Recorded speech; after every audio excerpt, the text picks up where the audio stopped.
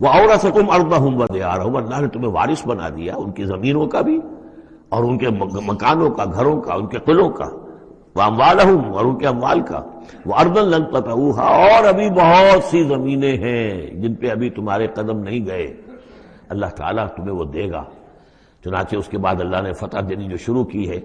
غزوہ احزاب جو ہے در حقیقت یہ ایک ٹرننگ پوائنٹ تھا حضور کی سیرت کے اندر، اس لیے کہ اس کے بعد حضور نے کہہ بھی دیا تھا غزوہ احزاب کے بعد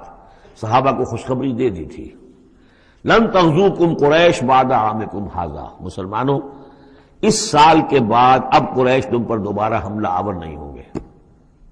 ان کی آخری اٹیمپٹ تھی جو انہوں نے کر لی ہے، اب ان میں ہمت نہیں ہوگی کہ وہ دوبارہ چڑھائی کر کے آئیں، وَلَٰكِنَّكُمْ تَغْزُونَهُمْ، بلکہ اب تم چڑھائی کرو گے۔ وہ چڑھائی اگلے ہی سال سن 6 میں حضور نے کی، لیکن حضور نے کس طرح کی چڑھائی کی کہ عمرے کے لیے جا رہے ہیں ہم، تو ہتھیار نہیں ہے، ہتھیار بند ہے، احرام باندھا ہوا ہے۔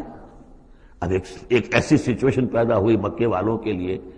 نہ وہ نگلا جائے نہ اگلا جائے، کہ ان کی پرانی روایات ہے یہ کہ کسی کو بھی عمرے کے لیے، حج کے لیے کوئی آئے اسے نہیں روک سکتے،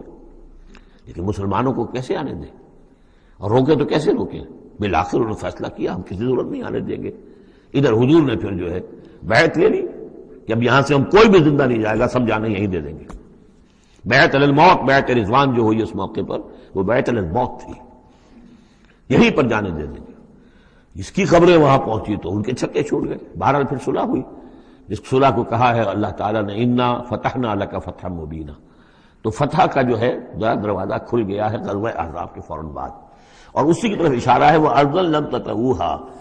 ابھی بہت سی زمینیں جن پر مسلمانوں تمہارے قدم نہیں پہنچے، تمہارے قدم نہیں پہنچے، ابھی تم نے گھوڑے نہیں دوڑائے ہیں، ابھی وہ تو زمینیں اب کہاں سے کہاں تک آپ سمجھیے کہ 30 سال کے اندر اندر کہاں سے کہاں تک مسلمانوں کی حکومت ہو گئی، تو وہ سارا اشارہ اس میں ہے، خاص طور پہ خیبر سن 7 میں یہودیوں کا گڑھ پتہ ہو گیا۔ وَكَانَ اللَّهُ عَلَىٰ كُلِّ شَيْءٍ قَدِيرًا، اور اللہ تعالیٰ ہر چیز پر قادر ہے۔